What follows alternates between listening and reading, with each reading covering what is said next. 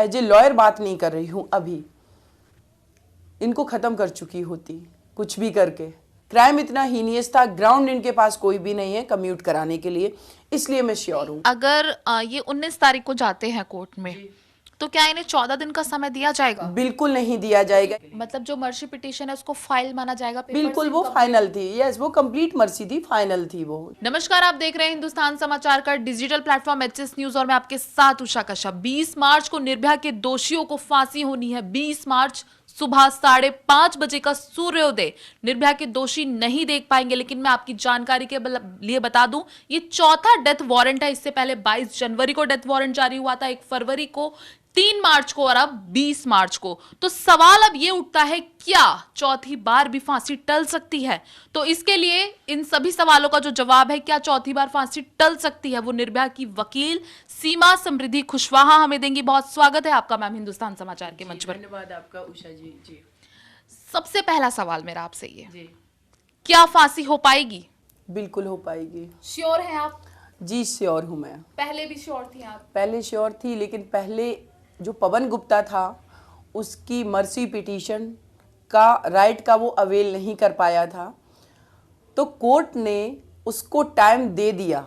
हालांकि वो टाइम नहीं दिया जाना चाहिए था, क्योंकि जो 5 फरवरी का ऑर्डर दिल्ली हाई कोर्ट का था, उस ऑर्डर ने इनको बार कर दिया था कि इनको 1 वीक का टाइम दिया गया था। कोर्ट का ये कहना था कि 1 वीक का टाइम है, जो भी आपके पास रेमेडीज है इस 1 वीक के अंदर आप अवेल कीजिए, अदरवाइज ये माना जाएगा अगर आप अवेल नहीं करेंगे कि या तो आप अपने डेथ सेंटेंस से सेटिस्फाई हैं या अगेन आप लॉ को मैनिपुलेट कर रहे हैं, डिलीट एक्ट की यूज करेंगे। तो इन दोनों कंडीशन में पोस्टपोन जो ऑर्डर है पोस्टपोन नहीं किया जाएगा। लेकिन फिर भी कोर्ट ने इनको लिबरल तरीके से टाइम दे दिया, क्योंकि मेरे देश में डेथ सेंटेंस को लेकर के एग्रेशन नहीं है कि अगर डेथ सेंटेंस से किसी भी कन्विक्टेड को अवॉर्डेड किया गया है तो इमीडिएटली उसकी हैंगिंग हो ही जाएगी। उसको इवन कि हम इस लेवल तक सुनते हैं, इस स्तर तक जाकर के सुनते हैं कि प्रेसिडेंट ऑफ इंडिया ने अगर मर्सी रिजेक्ट कर दी तो उस कन्विक्टेड को उस मर्सी को भी चैलेंज करने का अधिकार है माननीय सर्वोच्च न्यायालय में। नहीं, इन अधिकारों के चलते ही ये जो चौथा डेथ वारंट जारी हुआ है, नहीं तो 22 जनवरी को ही फांसी हो जाती। तो ऐसा कोई अधिकार आपके हिसाब से बच रहा है अभी? अभी कोई अधिकार नहीं बच रहा है। लेकिन जो अक्षय है, जो उसकी दया याचिका खारिज हुई है, उसको वो सुप्रीम कोर्ट में अभी चैलेंज कर सकता है। जी, अक्षय भी कर सकता है और पवन भी कर सकता है। लेकिन ये जो दया याचिका को वो चैलेंज करेंगे, जिसको आर्टिकल संविधान का जो 32 है उसके अंतर्गत हम उसको बोलते हैं रिट पिटीशन, जुडिशियल रिव्यू। तो उस जुडिशियल रिव्यू में अक्षय और पवन जा सकते हैं। जिस तरीके से पवन और वो जिस तरीके से विनय शर्मा और मुकेश ने भी प्रेसिडेंट ऑफ इंडिया की जो मर्सी रिजेक्ट हुई थी उसको चैलेंज किया था सुप्रीम कोर्ट में। लेकिन एक चीज़ यहाँ क्लियर है उषा जी, बहुत ही लिमिटेड ग्राउंड्स होते हैं। आप तभी प्रेसिडेंट ऑफ इंडिया की मर्सी पिटीशन रिजेक्शन को आप चैलेंज कर सकते। तो इन दोनों के पास भी कोई ग्राउंड नहीं था, उनका जुडिशियल रिव्यू डिसमिस हुआ और इन दोनों कन्विक्टेड के पास भी कोई ग्राउंड नहीं है, तो ये पक्का डिसमिस होगा। और एक और चीज़ इसमें कंडीशन मैं आपको क्लियर कर देती हूँ कि एक और चीज़ है, इनको ये जुडिशियल रिव्यू में ये हर हाल में 20 मार्च से पहले ही इनको जाना होगा। और अगर ये 19 मार्च को भी जाएंगे तो कोर्ट उस दिन भी बैठ करके इनको सुनेगा, चाहे ये नाइट में जाएं तब भी कोर्ट सुनेगा। उससे फांसी जो एग्जीक्यूशन की डेट है उस पर कोई फर्क नहीं पड़ेगा। सिर्फ एक चीज के अलावा, इन केस अगर इनकी डेथ सेंटेंस को कम्यूट किया जाता है आजीवन कारावास में, वो तो फिर अलग ही बात हो जाएगी, फिर तो कोई मतलब नहीं। लेकिन ऐसा होगा नहीं, क्योंकि सुप्रीम कोर्ट से लेकर के अगेन प्रेसिडेंट ऑफ इंडिया तक और जुडिशियल रिव्यू तक इनको कहीं कोई रिलीफ नहीं मिला है। क्राइम इतना हीनियस था, ग्राउंड इनके पास कोई भी नहीं है कम्यूट कराने के लिए, इसलिए मैं श्योर हूँ। अगर ये 19 तारीख को जाते हैं कोर्ट में, तो क्या इन्हें 14 दिन का समय दिया जाएगा? बिल्कुल नहीं दिया जाएगा। ये देखिए 14 दिन का जो टाइम का प्रोविजन है वो तब का है जी कि प्रेसिडेंट ऑफ इंडिया जब मर्सी पिटीशन रिजेक्ट करते हैं उसके बाद 14 दिन का टाइम दिया जाता। और एक और चीज़ मैं कंफर्म कर दूं, 2014 से पहले ये 14 दिन के टाइम का प्रोविजन नहीं था। तो शत्रुघ्न चौहान सुप्रीम कोर्ट की गाइडलाइन आई कि जब भी मर्सी पिटीशन रिजेक्ट होगी तो कन्विक्टेड को उसकी फैमिली से मिलने दिया जाएगा, उसको अपना माइंड सेट जो है वो सेट कर ले अपना माइंड की उसकी हैंगिंग होगी, इस तरीके से बिल वगैरह करना चाहे। तो इसलिए ये प्रोविज़न आया 14 दिन वाला। तो 2014 से पहले तो ये प्रोविज़न भी नहीं था।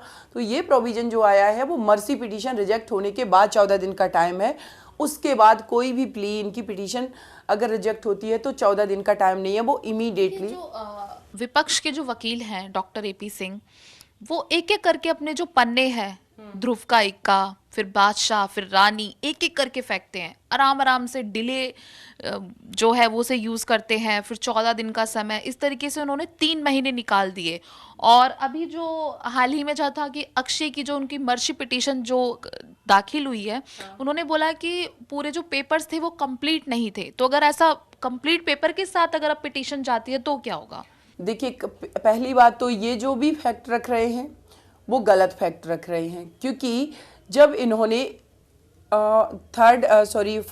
सेकंड वाला जो डेथ वारंट की डेट फिक्स हुई थी वो थी 1 फरवरी को। तो इन्होंने 31 जनवरी को जब इनको लगा कि विनय शर्मा की मर्सी रिजेक्ट हो सकती है और कल इनको एग्जीक्यूट किया जाएगा, तो इन्होंने इमीडिएटली अक्षय ठाकुर की mercy petition president of India के यहाँ फाइल कर दी कि और उसको पेंडेंसी का ये ग्राउंड बनाना चाहते थे।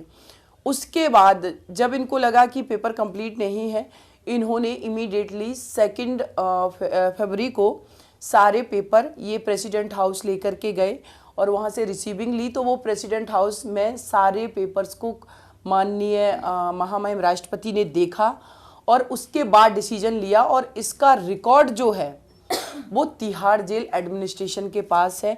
इसीलिए अक्षय कुमार की ये जो कंप्लीट मर्सी की बात कर रहे हैं, ये कहीं से बैरियर नहीं बनेगी इस एग्जीक्यूशन जो है इनका, इसको एग्जीक्यूट करने के लिए। मतलब जो मर्सी पिटीशन है उसको फाइल माना जाएगा? बिल्कुल, वो फाइनल थी। यस, वो कंप्लीट मर्सी थी, फाइनल थी वो जी।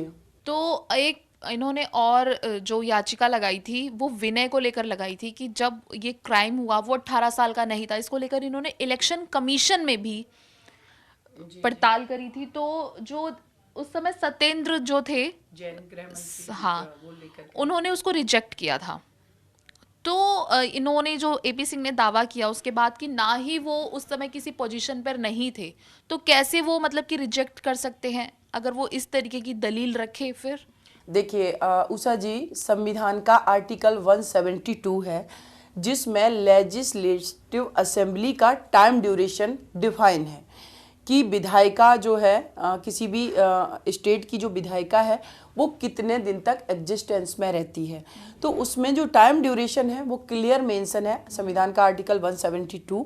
उसमें प्रोविजन है कि जब तक नई सरकार का गठन नहीं हो जाता है तो जो सरकार सत्ता में है वो एग्जिस्टेंस में रहती है। कि इसका मतलब ये हुआ कि जब तक दिल्ली में जो आम आदमी पार्टी की सरकार बनी और जब तक उन्होंने शपथ ग्रहण नहीं कर ली तब तक भी केजरीवाल जी या जितने भी उनके कैबिनेट मंत्री थे वो सब मिनिस्टर थे, पावर में थे।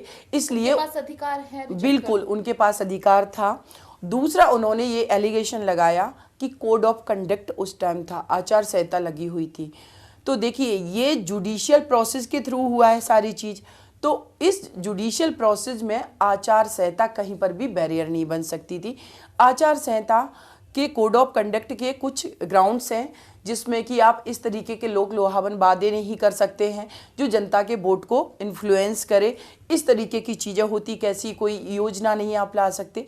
लेकिन ये सब तो कोर्ट का वर्क था और कोर्ट कर रहा था। उसके बाद ये भी जो है प्रेसिडेंट ऑफ इंडिया की यहाँ मर्सी रिजेक्ट होती है, ये प्रेसिडेंट ऑफ इंडिया या जो स्टेट गवर्नमेंट फॉरवर्ड करती है ये अपने वो जुडिशियल पावर के तहत करती है। उसको भी वो जुडिशियल पावर है, वो एग्जीक्यूटिव पावर के तहत नहीं करती है।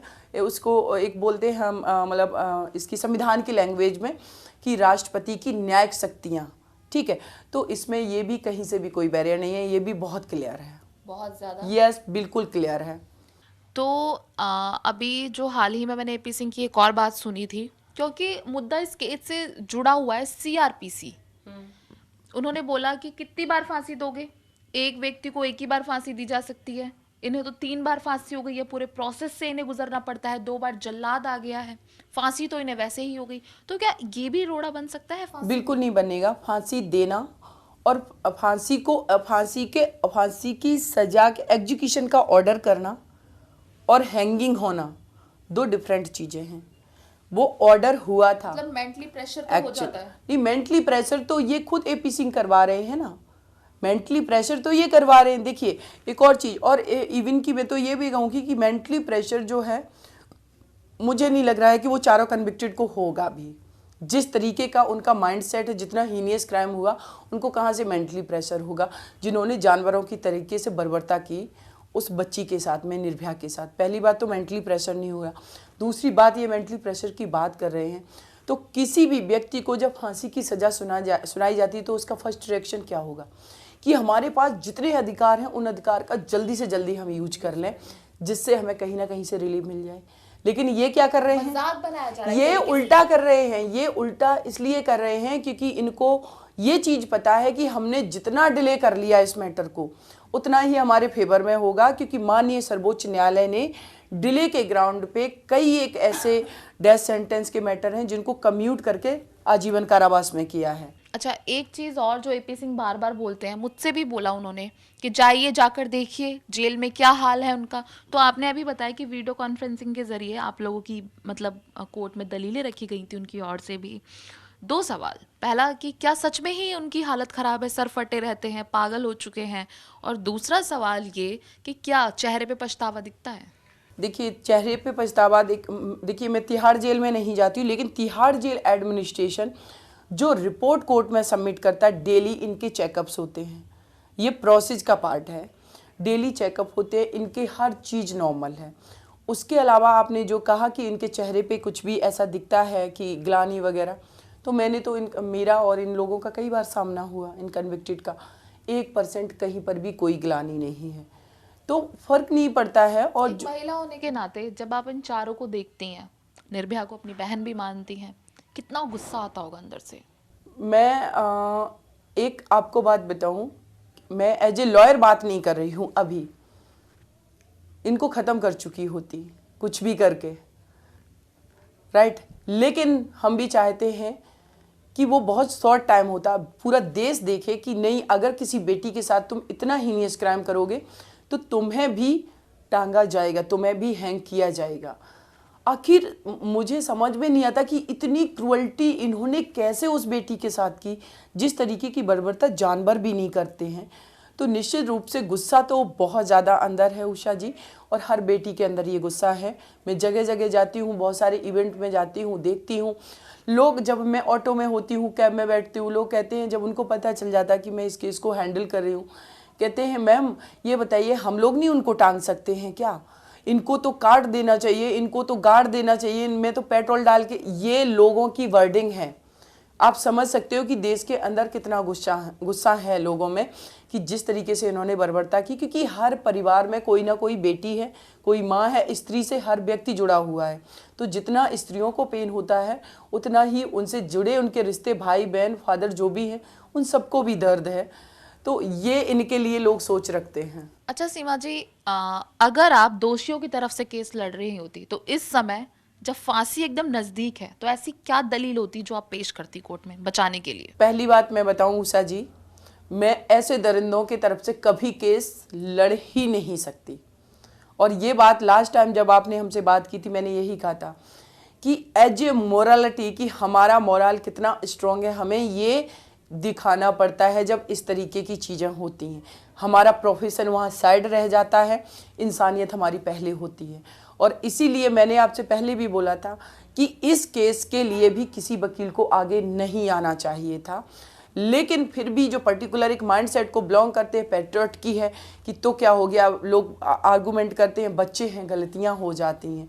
जब ऐसे आर्गूमेंट हमारे पॉलिटिशियन की तरफ से आते हैं कि बच्चे हैं, कमेंट्स भी बहुत आते हैं सीमा जी वीडियोस पे। बिल्कुल बिल्कुल आएंगे ना। देखिए वो इसलिए क्योंकि वो हम स्त्रियों को अपने लेवल पे समझते ही नहीं है, वो हर चीज़ के लिए एक स्त्री को जिम्मेदार ठहराते हैं।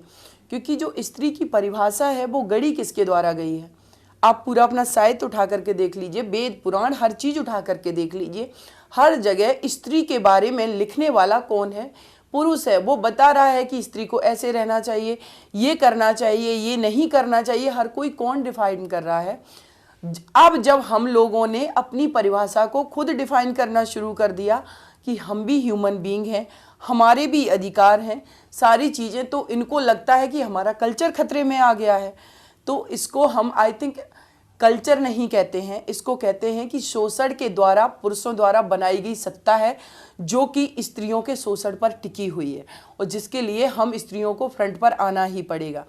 एक स्त्री होने के नाते हमें भी परिवार चाहिए, आपको भी चाहिए, पुरुष को भी चाहिए, लेकिन उस परिवार के अंदर अगर किसी स्त्री का शोषण होता है तो निश्चित रूप से उसको आवाज़ उठानी चाहिए। इस देश में 49% आबादी हमारी है, तो अगर उनको किसी भी टाइम पुरुषों को घूमने का, फिरने का अधिकार है, तो निर्भया को भी वो अधिकार था। तो उसको चरित्रहीन ये कैसे कह सकते हैं कि उसका चरित्र था कहाँ?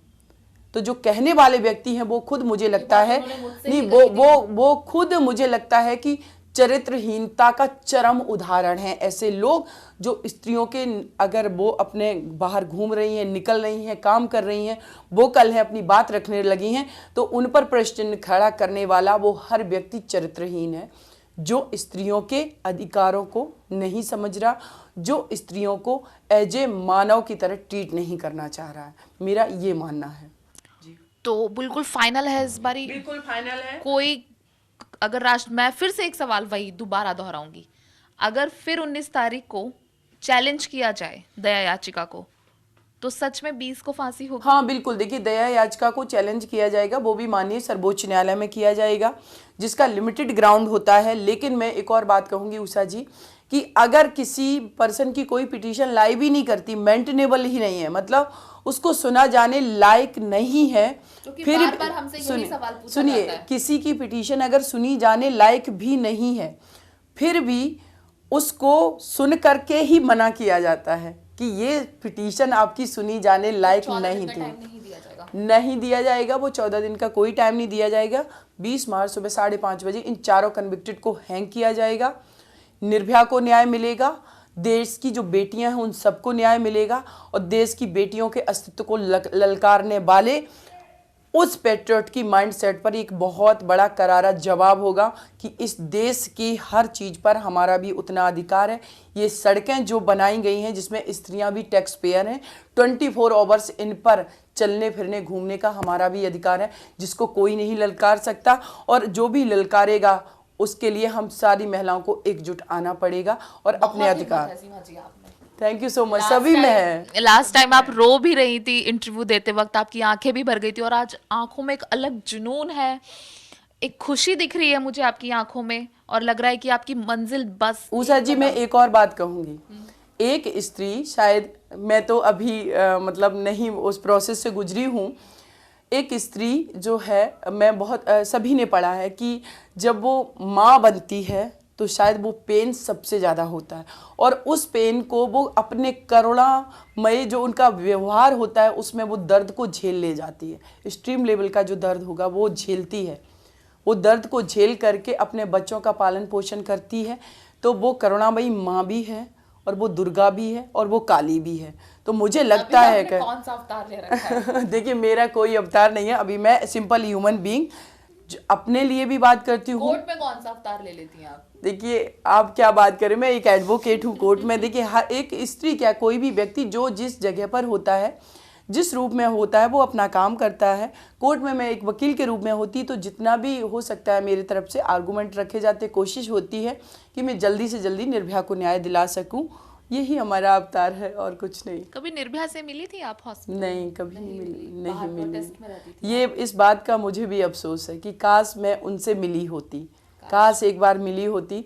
लेकिन आज मैं बताऊं, ये कंगन उन निर्भया का मेरे हाथ में है, ये कंगन। और जिस दिन मैं उनके घर पे पहली बार रुकी थी, उनकी माँ ने मुझे ये दिया था कंगन। हाँ, ये उनका है, निर्भया का है। मैंने उसी दिन उनसे प्रॉमिस कर लिया था कि मैं आपसे मिली नहीं, लेकिन महसूस तो देखिए, वो बेटी के दर्द को तो हर कोई महसूस कर सकता है। उषा जी, अगर जरा सी चोट लगती है हम लोग तिलमिला जाते हैं। जिस बेटी को 6 दरिंदे नोच रहे थे, इस तरीके से व्यवहार कर रहे थे, तो हम लोग रोड पर निकलते कोई टच कर देता तो मन करता है कि क्या ना कर दूं, खून खौलता है, गुस्सा आता है कि इसको मार डालूं, काट डालूं। वो बेटी कितने दर्द में रही होगी, तो वो दर्द तो हम लोगों को भी महसूस होता है। तो मैंने तो प्रॉमिस कर लिया था कि निर्भया को मैं न्याय दिला करके रहूंगी। और मिलने गई थी सिर्फ आशा देवी से उस दिन? हाँ, आंटी जी से मैं मिली थी और उसके बाद से हमारा उनका बंधन में बंध गई आप उस दिन?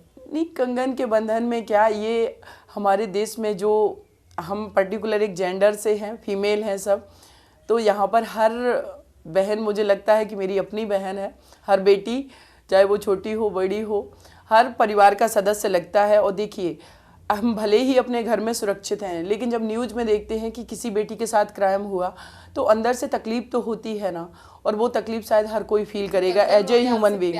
प्यार से दिया था या उस समय उन्हें निर्भया की याद आ रही थी? वो देखिए, आंटी जी जो हैं, उनकी बेटी की जगह कोई नहीं ले सकता है और वो रिश्ता उनका अटूट था। लेकिन हाँ, उन्होंने ये दिया, मुझे कुछ सोच के ही दिया होगा। तो मैंने अपना फ़र्ज निभाने की पूरी कोशिश की कि एक माँ ने अगर आगे बढ़ कर के कुछ सोचा है तो मेरा जितना भी कंट्रीब्यूशन होगा मैं करूँगी, और वही मैं करती आई हूँ। और वो साल एक लंबा समय लड़ाई आपने लड़ी, बिल्कुल हर तरीके से लड़ाई लड़ी। आप दुर्गा भी बनी, एडवोकेट भी बनी और महिला भी बनी। एकदम मंजिल करीब है। बिल्कुल करीब है, बिल्कुल बिल्कुल करीब। इस बार फाइनल कर दूं सीमा जी? फाइनल कर दीजिए। तो सीमा खुशवाहा की तरफ से इस बार 20 मार्च को फांसी फाइनल है। वैसे तो कोर्ट की तरफ से भी फांसी फाइनल है।